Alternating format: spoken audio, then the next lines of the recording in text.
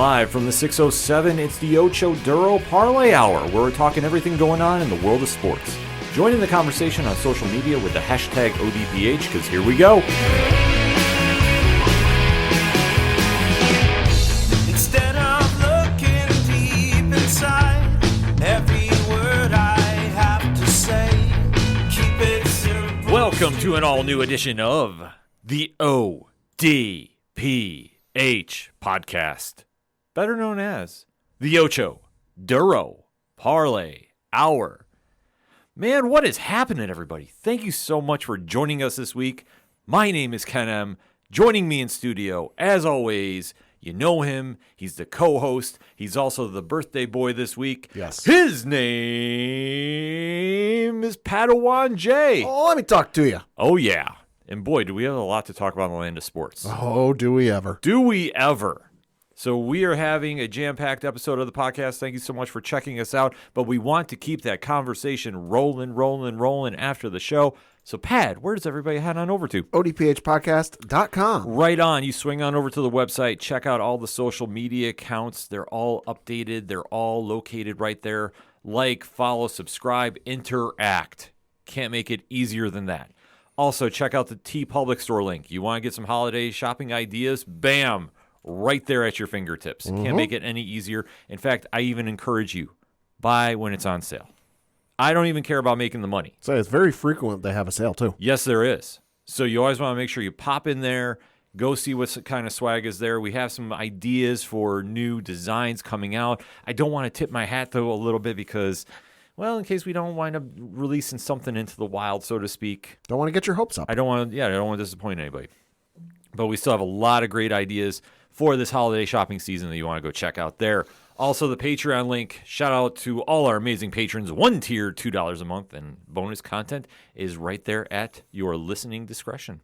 Also, the blog section where we do constant reviews. Had one up for Invincible Season 2 Part 1. So if you haven't checked that out on Amazon Prime, make sure to go do that, and then you can compare what I thought of the show with what you thought of it. It's that easy. Also, we are on many providers. Pat, how many providers are we on? 11.6 million. Sounds about right to me. I don't even question it anymore. That is why he is the statistician to the stars, folks. So if you want to find the ODPH on your favorite podcast player, subscribe and listen right from wherever you're checking us out, whether it's your phone, your desktop, your laptop. However, it's that easy. You can play the show right then and there on your favorite player. Can't make it simpler than that. Also, check out the classified section where you have friends of the show, such as Dragon Master Games, 3FN Podcast, Nerd Initiative. A lot of stuff is happening over there. So you definitely want to make sure you're checking out all of them and so many more that are on that page. And also the music section where you can find out everything going on with Brian Wolf and the Howlers. Shout out the Robots, Floodlands with a new CD coming out. Second Suitor, Tom Jolu, the list goes on and on. Basically, if it's anything and everything that is the ODPH, you can find it at odphpodcast.com. And always remember on social media to use the hashtag ODPHpod. Kicking off the sports edition of the show, well, it's football season, so that's the only way we like to kick things off during that time period, Pat. It's Locks and Leaps recap. Yes. Let's go. Yeah, so we're going to start with one of my locks, and I chose the Philadelphia Eagles to beat the Dallas Cowboys, which they did by the final score of 28-3. Jalen Hurts, 17-23 for 207 yards passing, 2 touchdowns, no interceptions. Dak Prescott went 29-44 for 374 yards passing, 3 touchdowns, just no interceptions. Tony Pollard led Dallas in rushing with 12 carries, 51 yards, no touchdowns. DeAndre Swift led Philly in rushing with 18 carries, 43 yards, no touchdowns. A.J. Brown led Philadelphia in receiving with 7 catches, 66 yards, just 1 touchdown. And C.D. Lamb led Dallas in receiving and have a damn game, why don't you? 11 catches, 191 yards, 0 touchdowns. And for any of you who mistakenly left him on your bench, God, I'm so sorry for you. But no, hell of a win for Philly there. Big win for Philly.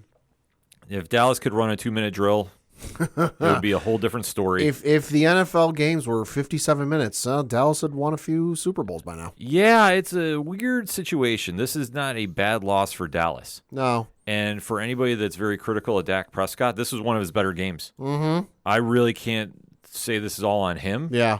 I just think that they were not ready for the moment, and unfortunately, in that time of crunch, Yeah. you need to be. Yeah. No, I had an interesting experience with this game, too, because like you alluded to, my birthday's this week, and since I have family members going out of town this weekend, we did a birthday dinner with my family on Sunday, and we elected to go to a local. It's not a sports bar; it's a sports restaurant. Mm-hmm. We went out to eat, and obviously, being one of the major marquee games that was on in the late afternoon, that was one of the games that was on, and where we were situated in the restaurant was where the Dallas fans were. And on the opposite side of the restaurant was where the Philly fans were, because obviously, smart reasons there. You can't put two and two together. It was a wild experience for me to just be sitting there watching the game, and like when Dallas did something, the people around me started cheering, which drove my niece all sorts of happy. And then when you're on the opposite, and then when Philly did something, the opposite side of the restaurant started cheering. It was wild. Does that mean Sienna is a Dallas fan? No, if her father has anything to say about it, no. Fair enough. She's 9 months. She doesn't understand. Exactly.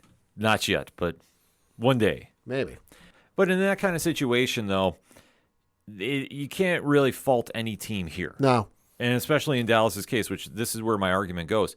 They played very smart, but that 2-minute drill and late in the game, that's the turning point of this entire ball game. Right, and I know the Dallas fans are, oh, well, the refs screwed us. Listen, the refs might have missed a call or two there. Let's be honest.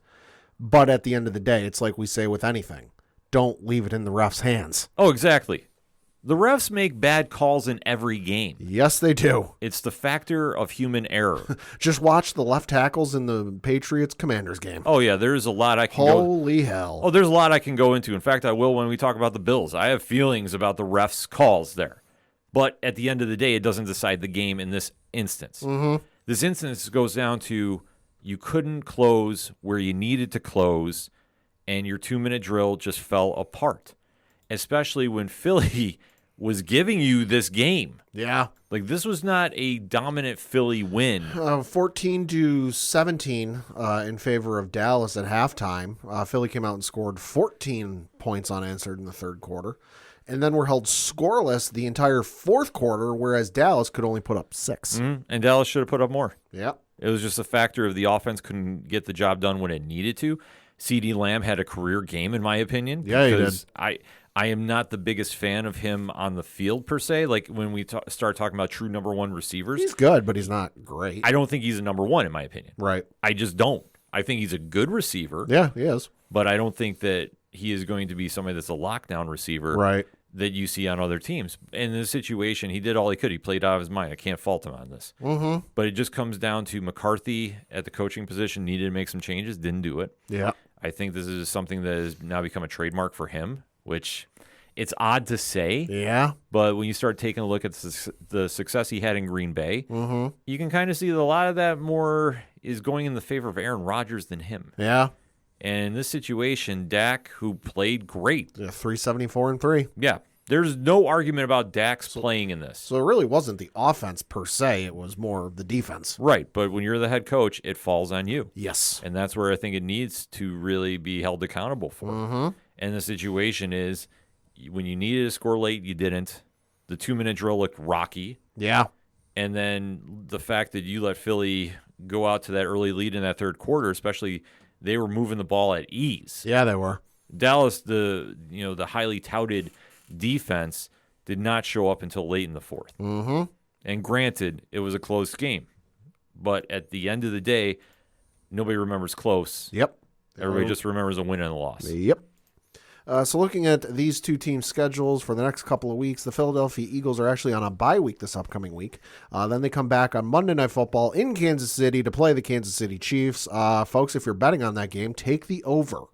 Week after that, they're at home against the Buffalo Bills, and then at the start of December, they are at home against the San Francisco 49ers.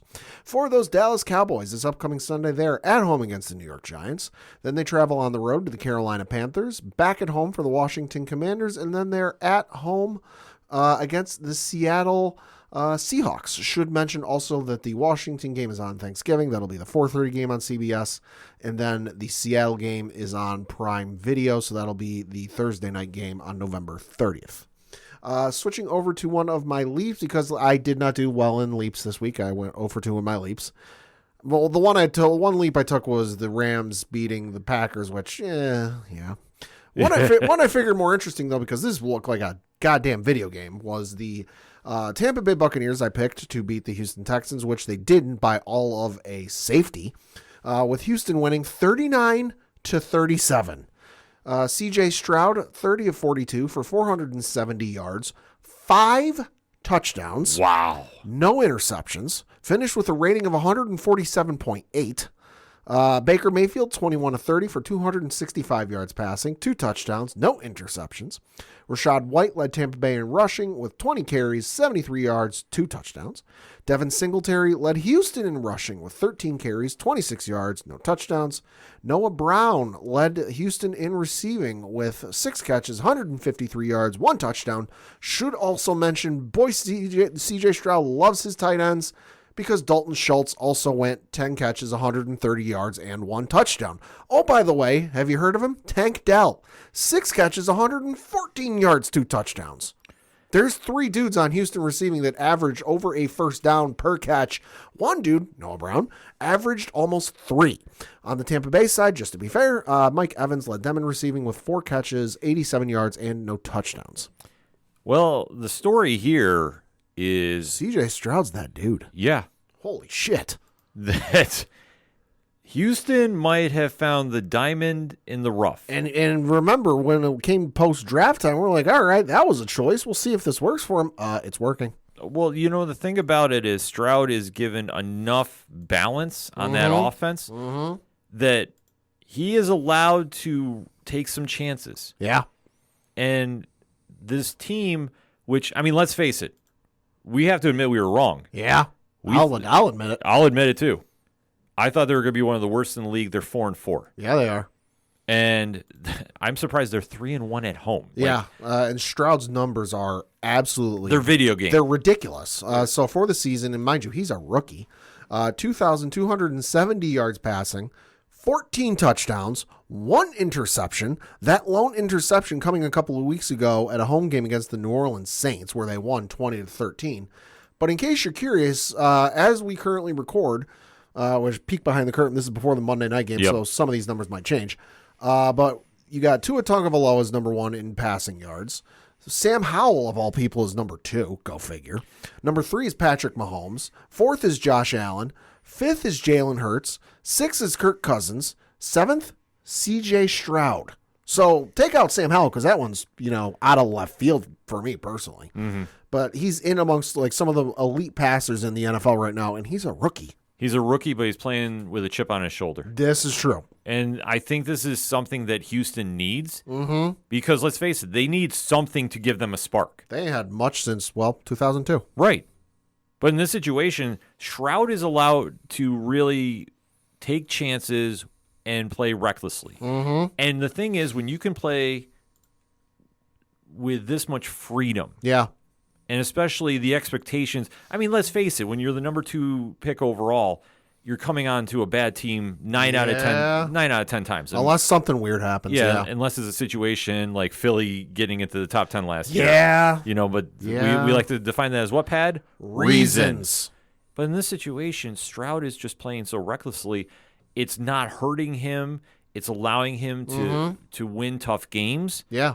And this is something that for a Houston team, they desperately needed something to excite their fan base. It's a foundational building block that, let's face it, they haven't had it on offense since David Carr in 2002 maybe? No, I would say since DeAndre Hopkins and Deshaun Watson were there. I'll give you that. Yeah. It's something to build around. It's showing, okay, we have a guy who can play quarterback.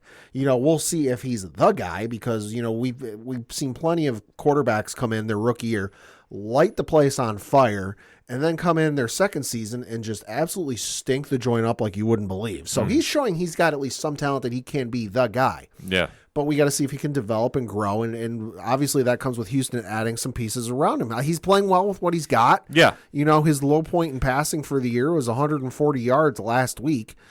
Past that, he's hit over 200 games every game, with the lone exception being against the Saints, about 199. Yeah. But every other game, so you got 470 this week, 140 last week, 199 the week before, but then you've got 249, 306, 280, 384, and 242. And the dude's thrown at least double-digit touchdowns in all but 1, 2, 3 games. His first start, no touchdowns. Then you had a game against the Falcons, 1 touchdown, and then the Carolina Panthers, no touchdowns. Yeah. Every other game, double digits. Yeah. Or more than 1. Yeah, multiple. Yeah, it's crazy to think about. Like, I am really sitting here and shocked and, happy for the fans of Houston. Yeah. Football. Fuck the Astros. Yeah. We don't acknowledge the baseball fans. Sorry, guys. In this situation that, you have something to grow on, especially in a division that, Jacksonville is there. They're showing some promise. But there's some promise here, even though this game was a lot closer than it should have been. Yeah. That's something that this was not a complete domination. No. By any stretch of the imagination. Tampa Bay showed up.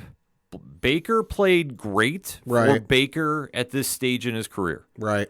265-2 is nothing to sneeze at. No. But in the situation, you expect more with his receivers. Well, yeah, that's the thing. They have. If you want to talk about the optical test, Tampa Bay is a lot better. Yeah, this should have gone a completely different direction. Yeah. However, Houston is doing this with sheer grit. Right. And the thing is, when you can have Tank Dell making a clutch catch, and then you have a backup running back kick your game-winning field goal. Which was the first time somebody outside of a kicker had kicked a game-winning field goal or had kicked a field goal since Wes Welker did it for the Dolphins. Yeah. In 2005, 2006, maybe 2004. Mm-hmm. It's been a while. Yeah, that's the one thing about it is when you have situations like this, there's a lot to be excited about. Uh-huh. And that's where you really need to carry this momentum forward. Now, am I saying they're going to go playoffs? No.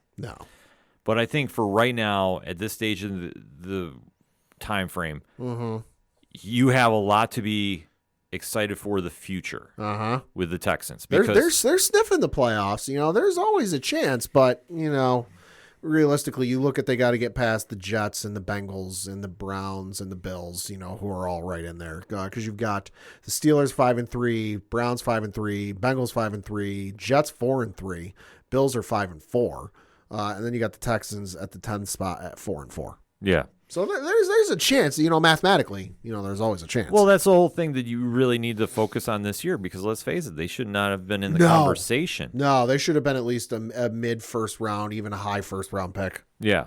But in this situation, there's a lot to be amped up for. Yeah. There's a lot to carry that momentum moving forward. Yeah. Especially when you can win a crazy game like this where you should have not been involved in. Yeah, and I'm looking at his CJ Stroud's game log here, and he got great touchdowns. Obviously, the interceptions are phenomenal. Add some weapons around him. Work on the O line a little bit. 18 sacks. At this point in the season, that's a little much. If you ask me, but so improve the line a little bit, get him some weapons, and boy, you got something cooking down there. Yeah, exactly. And then looking at the team's upcoming schedules for those Houston Texans this upcoming Sunday, they're on the road playing the Cincinnati Bengals. Then they are at home against the Arizona Cardinals the following week. At home against the Jacksonville Jaguars week after that, and then week 13 at home against the Denver Broncos. And then for the Tampa Bay Buccaneers, they are at home against the Tennessee Titans this upcoming Sunday. Then they are on the road playing the San Francisco 49ers the following week, on the road playing the Indianapolis Colts the week after that. And then week 13 at home against the Carolina Panthers. A lot of things to be amped up about, and you know what? Houston moving forward, if they can carry this momentum, that's going to be huge going down the stretch. Now, playoffs, a little crazy to think about, but anything is possible. Playoffs. Speaking of anything is possible. Holy shit. Something that has flown under the radar has been the AFC North in general. The entire AFC North is in the playoffs. Yes. Baltimore's in the 2 spot. Pittsburgh's in the 5 spot. Cleveland's in the 6. And Cincinnati's in the 7. Yeah. What the shit? It's a crazy world we live in, folks. And especially with the Browns Yeah. being in this conversation, losing Nick Chubb for the year. Oof. And granted, they beat the worst, well, arguably the worst team in football. But however, Yeah. I think there's a team in East Rutherford that is taking that job right now. Oh, they're in contention. Yeah. But let's talk about Cleveland and why they rocked. So Cleveland beat the Arizona Cardinals 27-0. Deshaun Watson, 19 of 30 for 219 yards passing, 2 touchdowns, no interception. Clayton Tune. You might be wondering who he is because, hey, what happened to Josh Dobbs? Well, in between recordings last week, he had the NFL trade deadline. Josh Dobbs got traded to Minnesota. We'll get to him in a minute. But Clayton Tune started for them. He's a rookie, a 5th-round pick, 139 overall, out of Houston. So making a start there. Went 11 for 20, 58 yards passing, no touchdowns, 2 interceptions. He also led Arizona in rushing. 5 carries, 28 yards, no touchdowns. Jerome Ford led Cleveland in rushing with 20 carries, 44 yards, no touchdowns. Amari Cooper led Cleveland in receiving because, 5 catches, 139 yards passing, 1 touchdown. And then Marquise Brown led Arizona in receiving with 4 catches, 24 yards, and no touchdowns. It's crazy to think about with Cleveland. Yeah, it is. It really is because they should not be in this conversation. Yet, here they are. Kareem Hunt has looked good since he's come back to the team. Yeah. Jerome Ford is an adequate, Serviceable replacement for Nick Chubb. Deshaun Watson, I'm not sold on being the guy to get them deep in the playoffs. Not yet. I don't think he's there yet.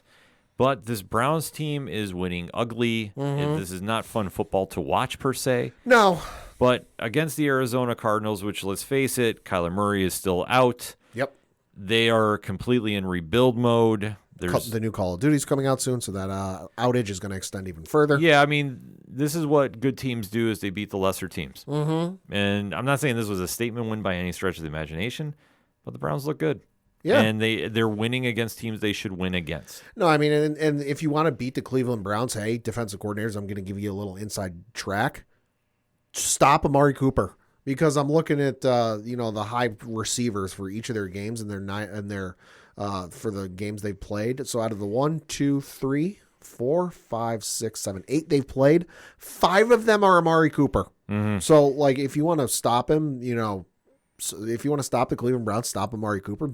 There's your first thing. 'Cause I agree with you. I mean, Deshaun Watson has been good. But does he strike me as the guy to be like, yeah, that they're going to lead Cleveland to at least the AFC Championship game? Because I don't see them getting to the Super Bowl this year unless there's an absolute batshit crazy, voodoo spell casted somewhere. I just don't see him getting to the Super Bowl. But do I see him getting to the AFC Championship game? No. Can they make the playoffs? Yeah. Can they, surprise some people and maybe win a game or two? Sure. But are they going to get far? Not with Deshaun. No, or at least not the way the team's currently constructed. Well, that's the whole thing. How they're currently constructed is a totally different ballgame. But if their defense plays sound, which they have, and I think it's one of the more slept-on defenses in the league. Myles Garrett's still a monster. They have a chance to make some noise. I just don't know how loud they're going to do, but I think this goes to show that the toughest division in football might not be the AFC East at all. It might be the AFC North when it's all said and done. Could be. So then looking at the schedules for these two teams the next couple of weeks, this upcoming Sunday, the Cleveland Browns are on the road playing the Baltimore Ravens. Then they're at home against the Pittsburgh Steelers, on the road playing the Denver Broncos, and then they're on the road playing the Los Angeles Rams in Week 13. And then for the Arizona Cardinals, this upcoming Sunday, they are at home against the Atlanta Falcons, on the road playing the Houston Texans, at home against the Los Angeles Rams, and then they have the Pittsburgh Steelers on the road in Week 13. Well, I just have to wait to see how Cleveland does. Arizona's season's done. I'm sorry. There's no...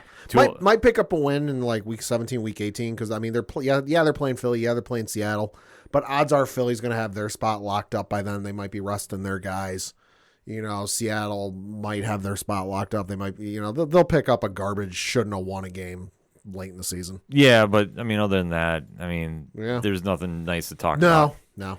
Speaking of nothing nice to talk about, I Put the disclaimer on for this one. The thoughts, views, and opinions are that of Ken M. and do not necessarily reflect that of the ODPH. Listener discretion is advised. So Sunday Night Football, we had a game, Yeah, you did. if you want to call it that. And I know there was a lot of high emotions involving it, which I mean, A lot of intrigue. yeah, which, like I say, I understand this had a lot more going on than football. It was great seeing DeMar Hamlin back. Shout out to what he did with the scholarships. Yeah. That was awesome. Absolutely top shelf move. Albeit, though, the Bills play, not so much. Because for a team that is supposed to be, depending on what week it is, because I'll also call out the sports media about this. MVP 1 week, Offensive Player of the Year. worst team the next. This team doesn't have a consistent identity, and that's something that's going to come up quite often here. Mm-hmm. But the Bills took a game that they could have won. Could have. However, where they're hurting the most is the inconsistent play calling on the offensive side of the ball. Boy, where have I heard that before? Yeah. This has been something that unfortunately is now the trademark for the team. That I remember hearing reports this week that allegedly the front office said they were still trying to figure out their identity on that side of the ball. Excuse me? I heard some nonsense. I did not personally hear this. I know Pat is looking this quote up. I did hear some nonsense about this, which absolutely blew my mind because it's week 9. If you don't know who you are by now, you're not going to know who you are for the rest of the season. Like, I'm sorry. Like, at this stage in the game, this is something Good Lord. that I really struggle with because the Bills took the loss 24-18 against those Cincinnati Bengals. Josh Allen for the Bills, 26 for 38, 258, 1 touchdown, 1 egregious, should never have thrown the ball anywhere near his receiver at that said moment in the second quarter, interception. Well, that's that old Brett Favre in him. Yep. On the ground, Josh, 8 carries, 44 yards, 1 touchdown. James Cook, 6 carries, 20 yards. Stephon Diggs, 6 receptions, 86 yards, 1 touchdown. Did not break a sweat, as he said, too, allegedly. Mm-hmm. There's a lot of sound bites coming from this game. I now understand the meme I saw Sunday night or Monday morning with regards to the Bills offense, where it's, I'm doing my part, so it was Josh Allen, I'm doing my part, and then with his stat line. Stephon Diggs, I'm doing my part with his stat line. Dalton Kincaid, I'm doing my part with his 10 catches, 81 yards, no touchdowns. And then it was Gabe Davis. I didn't do fucking shit. Yep. 0 catches, 0 yards, 2 targets. Yeah, absolutely egregious. I now understand. Yeah, egregious playing from the Bills offense on that side of the ball. On the flip of the coin, though, Joe Burrow, 31 for 44, 348, 2 touchdowns. Whew. Joe Mixon, 14 carries, 37 yards, 1 touchdown. T. Higgins, Holy shit. 8 catches, 110, and 0 touchdowns. Tyler Boyd, 3 catches, 56 yards, 0 touchdowns. Jamar Chase was open, but I guess somehow he didn't get the ball because 4 catches, 41 yards. On 8 targets. Yep. So to break this game down, I mean, it's very, very simple. The Bills played atrocious when it came to 2 key elements of this game. Okay. The first and foremost is their defense. Now, I understand Sean McDermott has taken over play calling this year. Okay.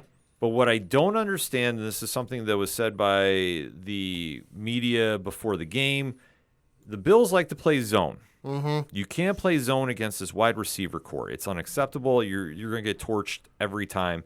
And that's exactly what they did. They went complete fall out boy, and they lit it up.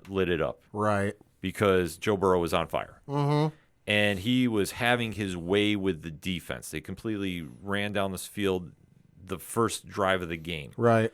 And the thing is, when you're not putting enough pressure on their wide receivers, you're giving Burrow a lot of time. Mm-hmm. Albeit, though, there was one really questionable call, and we talked about the refs, and I'm calling this right down the middle here. Okay. There was a really questionable roughing the passer call Okay. because Joe had just thrown the ball, momentum had carried, and the Bills defender, I believe it was Jordan Phillips, had him in a bear hug, Okay. gently going down with him. And they called it as pass interference, or roughing the passer. Right. And that was a momentum shifter. Right. So when you're giving Cincinnati opportunities like this, I mean, one, if you're a Bengals fan, you're loving this because Right. this is something that's swinging momentum back in your team's favor. Right. If you're a Bills fan, this is very frustrating to see because there's a lot of things that, in my opinion, were egregiously called. There was another one that I don't care how you want to define it. It was an intentional grounding pass that Josh did. Gabe Davis, ironically, was running up the sidelines and stopped. Well, Josh had heaved it downfield. Now, depending on the interpretation of said rule, could Davis have made a play on it? No. But has that ever stopped it before if you're throwing in the receiver's direction? Right. That's the question I had with that call because, in my opinion, I don't think they should have called it because we've seen other circumstances where a receiver had been running, stopped, and the ball had sailed 20 yards past him, and the whistle was not called. Well, because I didn't watch the game. I was watching Netflix with my fiance. I did just see the highlight because the thing with ESPN box scores is they show the videos on the right hand side. Mm-hmm. I did just see this, and much like you, I'm taking my bias out of this. It looks like, and admittedly, the video's not the great. Oh, there we go. That's good quality. So he hikes the ball off. He's still in the Pocket. He's still in the pocket. Yeah, in the marks, hash marks that mark the lines. And I'm looking at operations.nfl.com, and this is specifically the rules for intentional grounding. It reads, it is a quote, it is a foul for intentional grounding if a passer facing an imminent loss of yardage because of pressure from the defense throws a forward pass without a realistic chance of completion. A realistic chance of completion is defined as a pass that is thrown in the direction of and lands in the vicinity of an originally eligible receiver. And there goes a whole bunch of things. So I won't read through the whole thing, but if I'm not mistaken, for it to not be intentional grounding, he's got to be outside of the pocket, which I think is usually defined as the hash marks that are on the yard lines. Mm-hmm. He was still, now it's hard to see because where he was on the field was the logo at midfield. But if you look at where he was in conjunction to the yard lines in front of him, because it's in the camera shot, it looks like he was still in the pocket. Right. So that's the argument I have with that because I'm like, how do you call that? Mm-hmm. Because yet again, that was another momentum shifter. Right. And I'm watching this game, and I'm just like, okay, this is not making sense. And I understand you can make an argument. Sure, you can make an argument for every play. Guess what? Holding happens on every single play in the NFL. Right. It just depends on who gets caught. Yeah. So it's not to say the Bills are completely angels because they weren't. Right. But in this situation, that was a momentum shifter. And for a team that was really struggling to move the ball in the second half, they got away from this, and then they tried running, which I'm now kind of leaning more in the direction of Kent Dorsey's play calling. Which, I mean, running in the second half is good, but that's assuming you have the lead. Right. And you're trying to burn clock. But that was the whole situation. And at that point, they didn't. No, it was, 21-7 at halftime. Yeah, because the Bills were turning the ball over. Josh Allen was doing a lot more of the bad Brett Favre style of play. Hey. And like I say, the one he threw, and the defender is watching him the entire time. Uh-huh. Like, you could not have had a more easy layup as a defender in your life. Right. So, yet again, Josh is trying to force something that's not there. Right. Because he feels some pressure. He's got to play a certain way. Well, and that's, I'll look up when he got drafted because I forget what it is off the top of my head. Drafted in 2018. This has been something we've been saying with him for 5 years now. Yeah. That it comes a point in the play where you got no receivers open. It doesn't matter how long you extend the play, in which direction you run. The receivers are not going to get open. Mm-hmm. The logical thing is to just throw it away. Throw it nine rows deep in the stands. Done. Throw it to the ball boy on the sidelines. Like, who cares? Just get rid of it. Mulligan, come back and try again. But he doesn't. He instead tries to play Superman and extend the play. Run left, run right, run back, run forward. Try and run for a first down and Superman leap over somebody. Or try and thread the needle into triple coverage or something stupid that, like, he's got no business making, that, like, anybody looking at it goes, yeah, there's nothing there. Throw it away. But yet he makes this whatever decision in his mind of, no, I'm going to play Superman and make the game-saving, game-tying touchdown pass on this one throw. Well, that's the problem that he's been doing. But you see the flip of the coin. He does a pass out of bounds to get rid of the ball, and he gets called for intentional grounding. Yeah. Like, you can't win, and that's the situation here that I'm just going, this is where the refs, I thought, called a very bad game. Okay. Because it's not so much of helping the Bills like if you want to say Right. like, okay, me being a Bills fan, you want to say it's helping per se. No, I want to see a call down the middle. Sure. But the problem is when you're doing this when the Bills are driving, and the optics are not lining up, in my opinion. Right. Because the question I would have is, why was there a blatant face mask penalty on one Gabe Davis as he's running to the end zone? Oh, they were missing those all. The refs were missing those all day. They were missing those all day. Right, but we're going to focus on a long shot intentional grounding. And like I say, I'm not giving an excuse to the Bills' offense here, but I am blaming the refs on this aspect. I want to see more consistency out of them.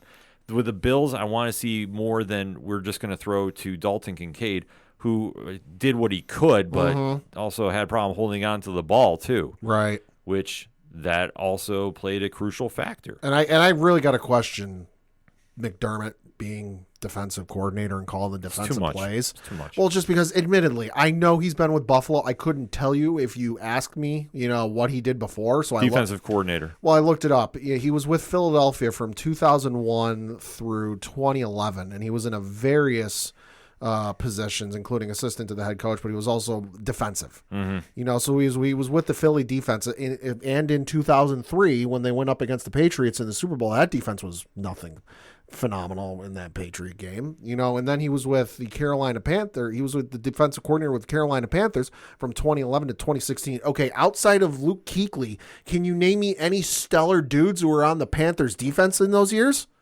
That they were not known for so it'd be one thing if it was like, one of the legendary defensive coordinators of old going, oh, they're now a head coach and they're doing defensive calls, along with that. I'd be like, oh, okay, you know what? That makes sense.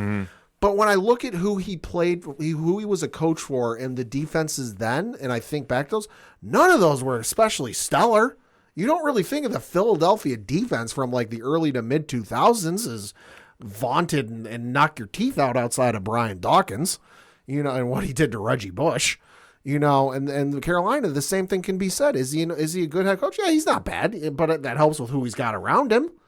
But to have him call defensive plays? Well, the thing is, for his Philly background, Philly has always had the blueprint that the late Jim Johnson set in place. Yeah. So, like I say, that one, I am leaning more towards he has a lot better talent there. The Carolina one you can make the argument for. But at the same time, this is him just having too much on his plate. Yeah. And this is a problem for a head coach, and he's a good head coach. But this is a situation you need to get somebody in there to run the defense. Yeah, you do. But the defense is also getting hurt a lot. We saw this again happen when Micah Hyde was taken out late, and then there was Terrell Bernard, too. He was taken out for a couple plays. Okay. They were just having more injuries catch up with them. So, like I say, their defense is banged up and barely holding it together. So the fact they were still in this game says a lot. Right. But at the end of the day, it falls back on the offense not being able to get the job done. And you're seeing a lot more frustration coming out of this. Now, this is not this whole Stephon Diggs wants to leave. Guess what? He can't because of the money involved with the contract. So he's fine, but it's just a point of I am right there with him. I'm frustrated we're losing. Right. Because these are games that are winnable. It's something if we get blown out. Sure. That I understand. Sure. But this is not a situation that they were blown out. They had chances to win, albeit, though, they just did not capitalize when they needed to capitalize. He is, so I looked it up, Stephon Diggs is in the second year of his 4-year, $96 million contract. Should note, though, there is a potential out after the right before the 2025 season. So, maybe. Yeah. You never know. If they want There's a lot of time between now and then. But I think the problem that they're going to need to do is, okay, let's say they fired Dorsey. Sure. All right, who are you going to get in there as OC?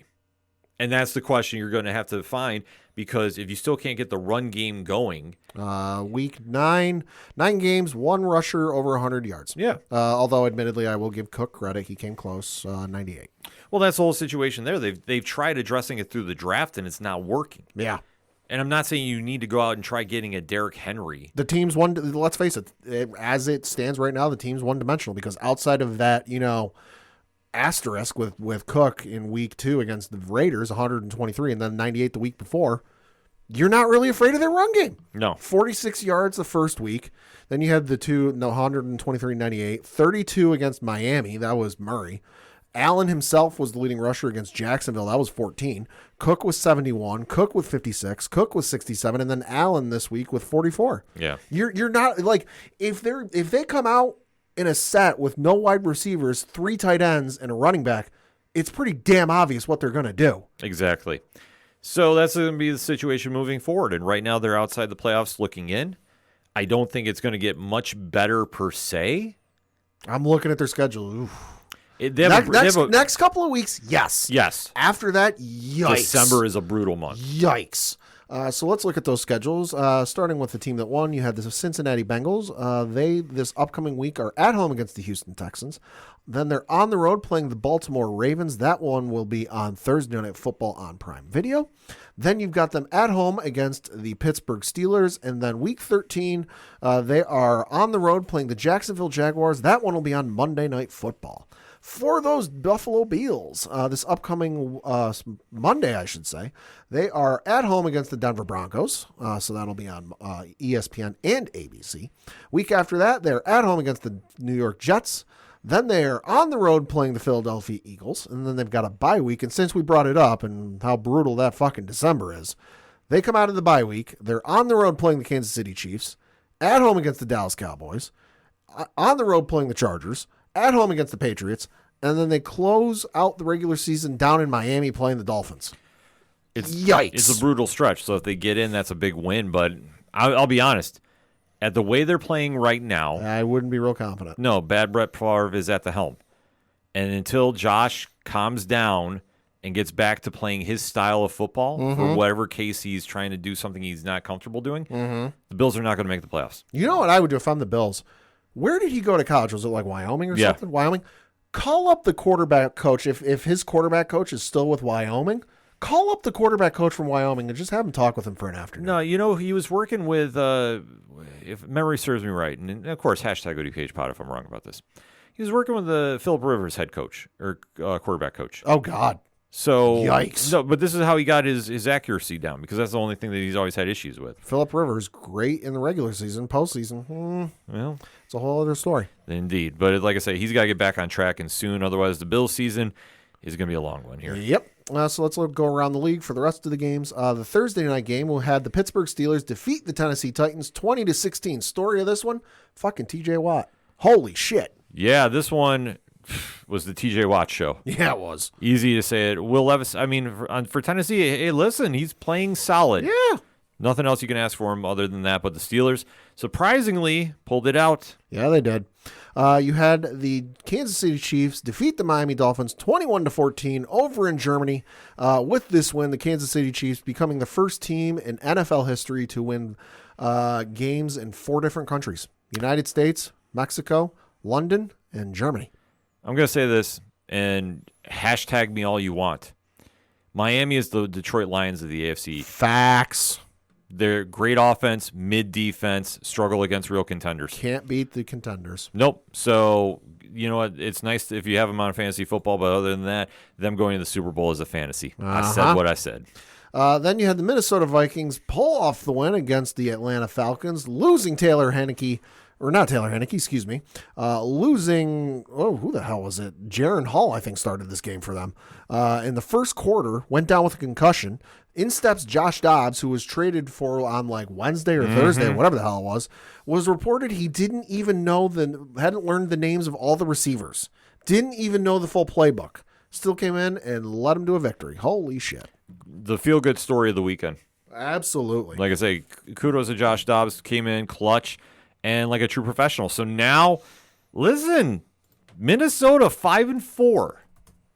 Could they make a run? Could be. Possibly, because who is Atlanta? What is Atlanta? Atlanta took a big L. Yeah. And I'm hearing a lot of disbelief, so to speak, about this one. And I'm sorry, Atlanta is still rebuilding. Yeah. I know everybody is super high on Bijan Robinson, but I still haven't seen it. Right. I think all those week 1 trophies for giving away the chip, I think have to come back. And I think this Falcons team needs a lot of work moving forward. So Then you had the Green Bay Packers beat the LA Rams 20-3. I guess all they needed was some love. Well, that and Matthew Stafford did not play. Yeah. Matthew Stafford was out, and the reading from the injury report on ESPN.com, quote, Coach Sean McVay said after Sunday's loss at Green Bay that Stafford, is making good progress as it pertains to gripping a football, but it wasn't anywhere to where we thought he would be able to go for us week 9. Sarah Barship of ESPN.com reports. So, I mean, listen, it's a good win for Green Bay, but you had Brett Rypien start for Los Angeles at quarterback, 4th season out of Boise State. So I chalk it up to, hey, they played a good game, but Brett Rypien ain't Matthew Stafford. True. So, hey, somebody had to win this game. Then you had the New Orleans Saints beat the Chicago Bears 24-17. Man, I was hoping Bagnett pulled this out. Yeah. He's trying his best, and 220 and 2 touchdowns, but 3 interceptions. Yeah, that's the whole thing. Saints defense really stepped up, giving problems all this game. Yep. Then you had the Baltimore Ravens beat the Seattle Seahawks 37-3. Well, I guess all that talk that Baltimore was overrated went out the window. Yeah, thanks for the bulletin board material. Holy smokes. Keaton Mitchell for Baltimore, 9 carries, 138 yards rushing. Admittedly, 60 of them were on one run, but still. 1 touchdown. 1 touchdown. Newsflash, he will be the hot fantasy pickup this week. Yeah, he will. So I need a tight end, so I'm not picking him up. Yeah, I was going to say, if you can go get him, but great win for the Ravens, a hard-fought battle, and I'd tell you what, Seattle is no slouch, but this looked like a tale of 2 different teams here this week. Even Lamar Jackson not putting up a touchdown did not need to. This is how good Baltimore looked, and they're getting scary at the right time. Indianapolis Colts beat the Carolina Panthers 27-13. Well, somebody had to win. People had tickets. Yeah. Then, oh boy, do you want to do this one first, or should we do the Patriots first? Let's do the Patriots first. Yeah, let's do the Patriots first. We're gonna end on a fun note. Oh boy! So the Washington Commanders beat the New England Patriots for the first time in 20 years. Yes, folks. Admittedly, they don't play each other all that often, but the Washington Commanders had not beaten the New England Patriots since I was a freshman in high school. Oh man, I feel old. 2003. Winning by the final score of 20-17. Sam Howell, 29 of 45 for 325 yards passing, 1 touchdown, 1 interception. Mac Jones, 24 of 44 for 220 yards passing, 1 touchdown, 1 interception. Ramondre Stevenson led New England in rushing with 9 carries, 87 yards, just 1 touchdown.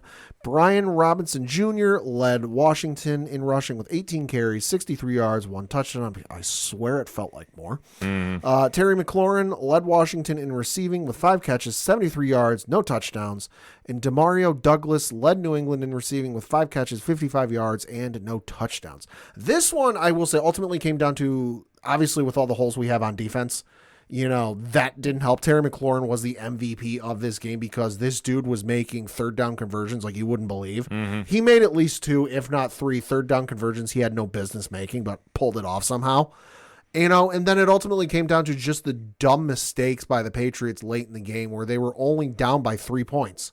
And then it'd be, they'd have the Commanders close and ready to hold them on 4 downs and punt the ball back, but then a stupid penalty would give the Commanders a fresh set of 1st downs and extend the game out. So, is what it is. I was hoping for a win, birthday being this week, but with the way this season's going, I'm not expecting all that much.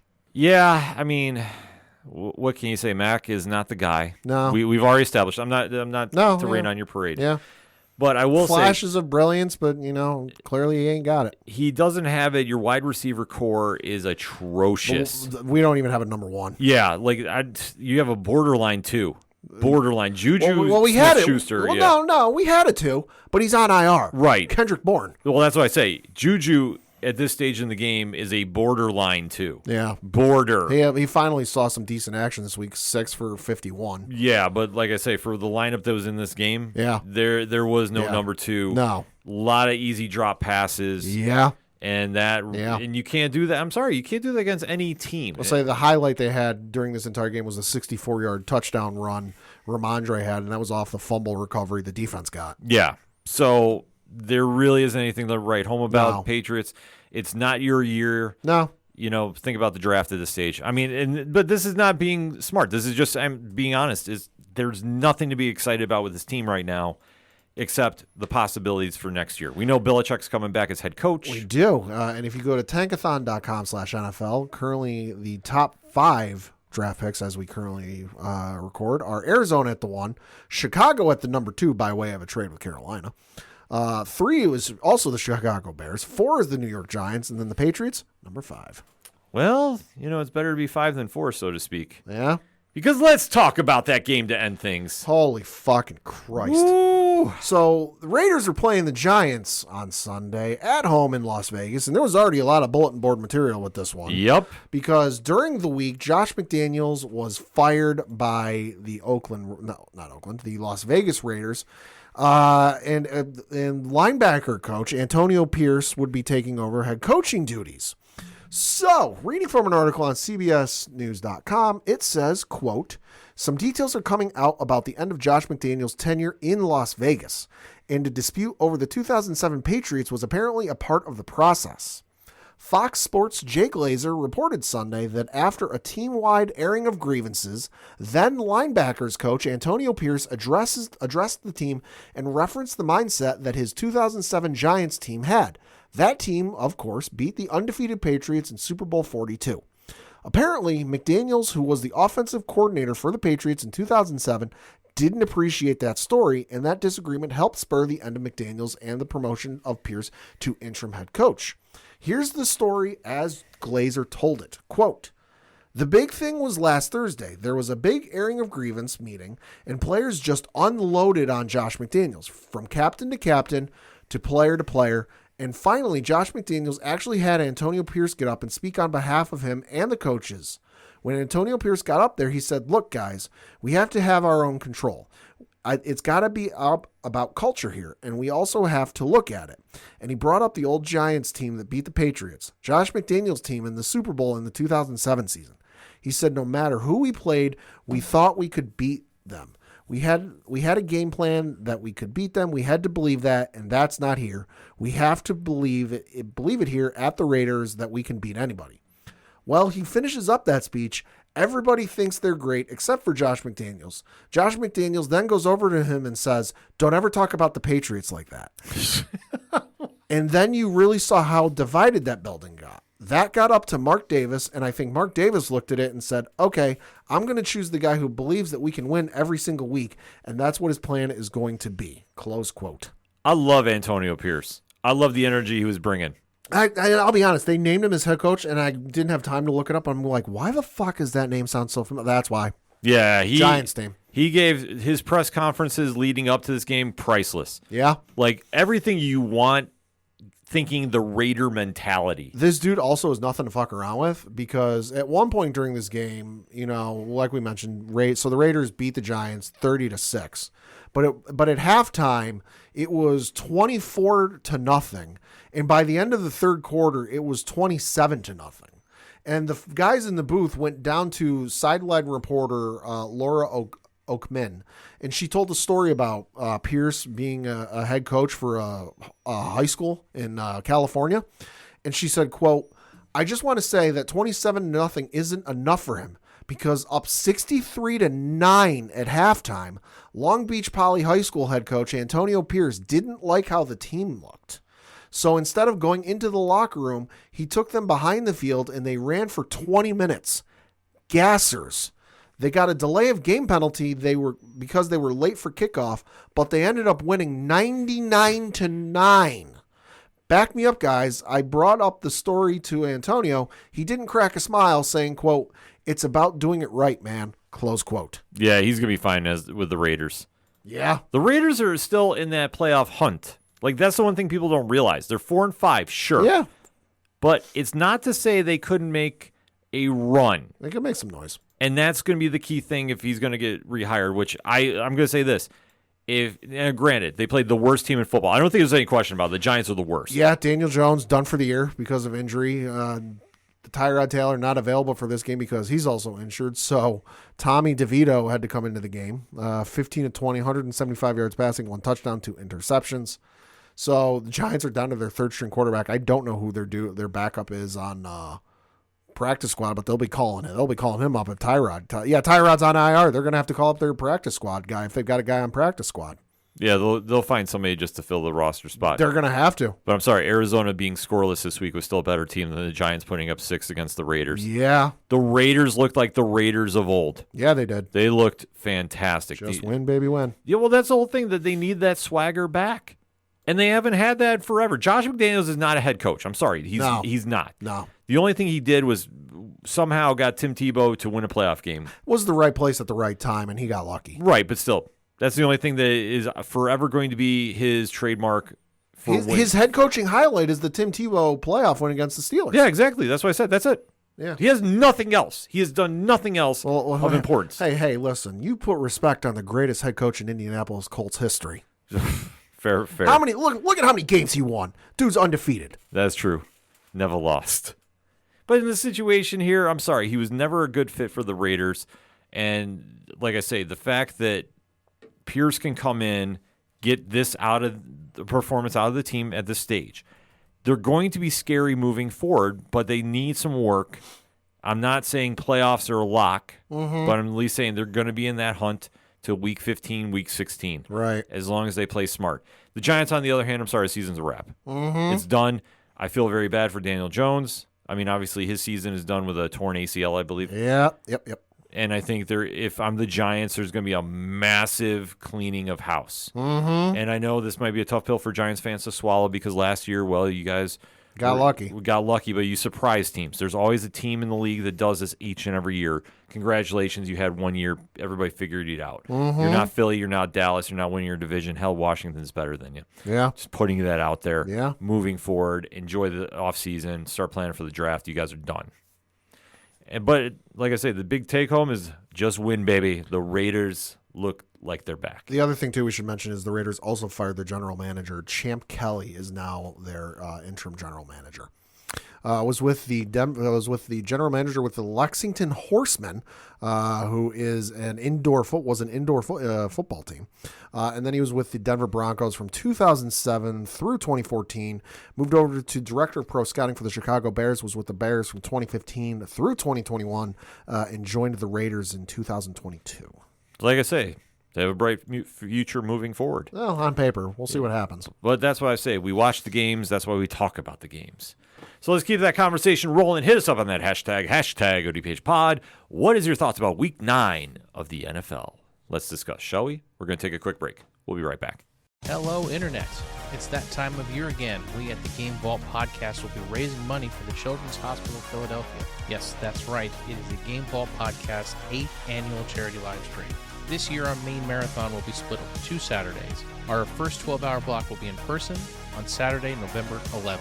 And the second block will be taking place virtually on Saturday, November 18th. We'll be playing all types of games from many different genres, including Immortality, the Jackbox Party Pack, and Call of Duty, as well as some extra life classics such as Halo, Mario Kart, and a WWE game or two. Both streams are tentatively scheduled to begin at 9 a.m. Eastern and will broadcast on our Twitch channel, twitch.tv/GameVaultPod. We look forward to you joining us and helping us raise money for the kids. Back for another segment on this edition of the ODPH podcast, and we have to talk a little WWE action. Yeah. So this past weekend, Pad, what was going down? That would be the annual, or well, can't even call it annual. It's the second one this year. Crown Jewel event taking place from over in Saudi Arabia. Yes. So this one had really garnered a lot of hype. Uh-huh. And we always say that these are very special shows, like a signature event like Impact Wrestling. Yeah. It's obviously not one of the big pay-per-views, but the one thing they've been doing as of late with Crown Jewels is they've been really stacking the cards. Yeah.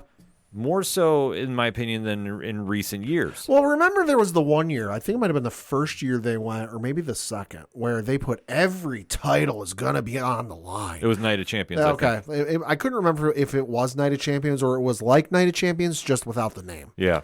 But they did, every title was on the line, and you're like, holy shit, every title's not going to change hands, but you got to figure at least some of them will. No, every single title holder defended and retain their belt. So it was like, yeah, okay. Mm-hmm.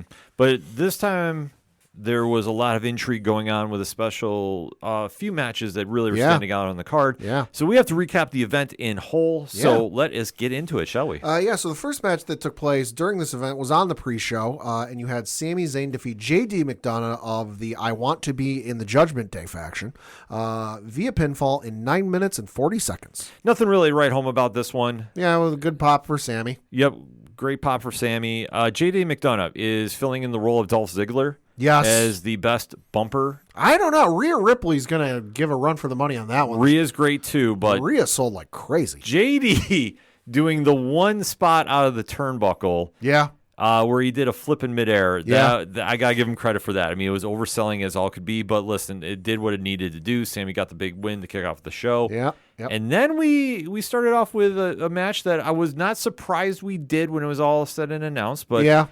Definitely a lot of headlines coming out of this one. Yeah, so the first card on the main show was for the singles matchup for the World Heavyweight Championship, and Seth freaking Rollins defended his belt and defeated Drew McIntyre via pinfall in 18 minutes and 20 seconds. Great match. This was awesome. You know, Drew and Seth had really good timing. Yeah. Everything really flowed well. Yeah. And, I'm going to just use the comparison. It was like with Kurt Angle and Kane. Mm-hmm. Like I say, just everything went well. Yeah. And especially seeing the chemistry they had, told a really good story. I am kind of curious if they're waiting to take the belt off of Seth to give it to Drew at Survivor Series. I could see it. Yeah. I mean, because I figured this match would have opened up with Drew instantly hitting a Claymore, like one of those instances, like the announcers doing the big fight feel announcement, and because Drew they said in the promo package that from when he initially challenged him. I want you at 100%, and, I'm not going to stab you in the back. But I figured it'd be, hey, listen, he's going to be honorable and upfront with you when it comes time to get up to the match. But once you get in that ring, all bets are off. So I figured it'd be one of those, he's going to hit him with a Claymore out the gate. Didn't happen, but, the match itself was good. The ending, I will admit, to this whole segment, I guess you could say, it was a bit of a sour grape for me. Oh, so?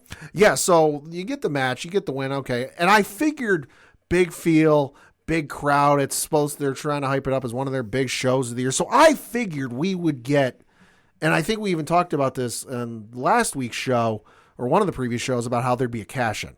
Because, what is it? Damian Priest still has, the Money in the Bank briefcase. I figured, all right, if there's going to be a place to do it, this would make the most sense. Because if you don't do it now, they're not going to do it next month at Survivor Series. They might do it, at Elimination Chamber, down in Australia, but that's going to be waiting a while and all this other stuff. So I figured if it was going to happen, it was going to happen here. And then so the match is over with Seth looking all beaten and battered because they're still selling. His back is hurting. And then the Judgment Day's music hits, and out comes Priest, and he's got the ref in tow.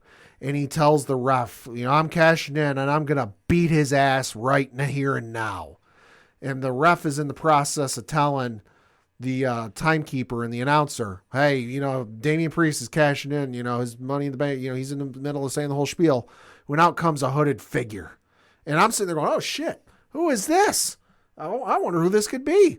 And it ended up being Sami Zayn, which I'm like, oh, hey, cool. It's, Sami stealing the briefcase.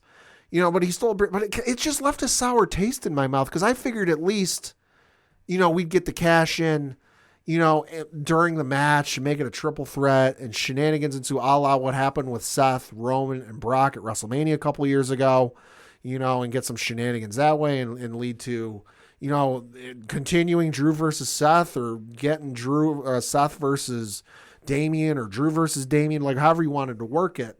But just the way it played out, it was cool for the fans. I was happy for the fans to get their Sami moment of him stealing the briefcase, which, as of this recording, I think Sami still has. We haven't seen anything about Judgment Day getting that briefcase back. But just the way it happened after the bell went kind of left a sour taste in my mouth. Well, that's fair. I think the only reason, though, that it didn't bother me as much is I think I know where they're going with Sami now.